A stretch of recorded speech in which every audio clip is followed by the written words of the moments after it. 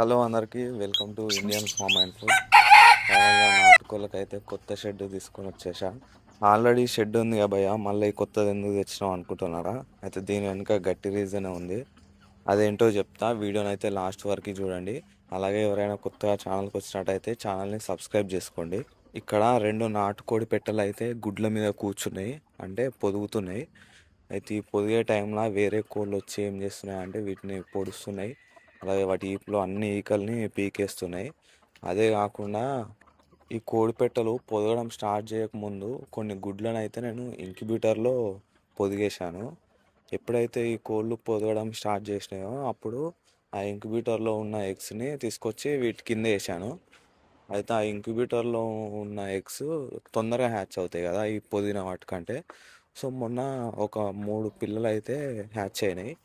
ఆ 3 పిల్లలు హ్యాచ్ అయిన ఎంబటే ఈ కోళ్ళు ఏం చేసినాయి అంటే వాటిని పొడిచి చంపేసినాయి ఈ మిగతా కోళ్ళు. మెయిన్గా అయితే ఈ తెల్లకోడి అయితే డేంజర్ ఉంది. ఆ పిల్లలు పుట్టి ఒక్కరోజు కూడా కాలే దాన్ని పొడిచి చంపేసినాయి. అలాగే అది తిన్నది, మొత్తం మింగేసింది.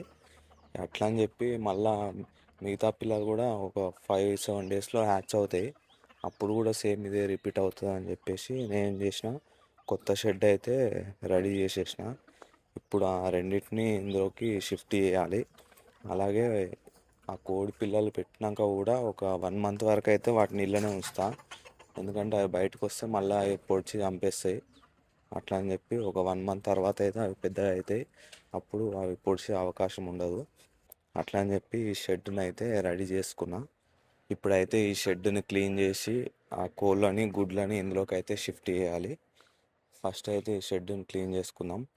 ఒక చీపురు తీసుకొని మొత్తం నీట్గా అయితే క్లీన్ చేసేసి దీంట్లో ఉణుక అయితే యాడ్ చేద్దాం. ఈ ఉణుక యాడ్ చేయడం వల్ల వాటికి జర మెత్తగా అయితే ఉంటుంది.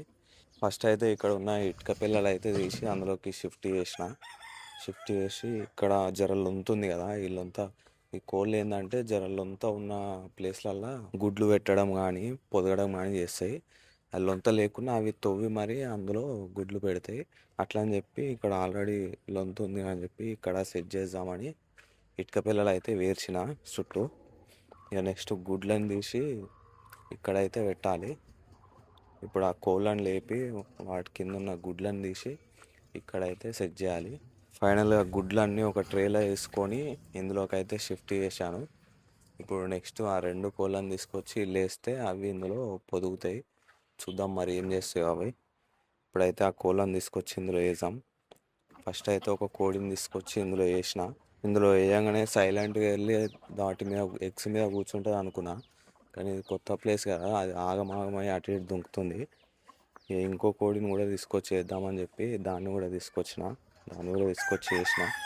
ఈ 2 జెర్సేపు అయితే ఆగమాగం చేసినాయి. లాస్ట్కి అయితే ఒక కోడి మెల్లగా గుడ్ల దగ్గరికి అయితే వెళ్ళి అటు ఇటు చూస్తున్నాయి.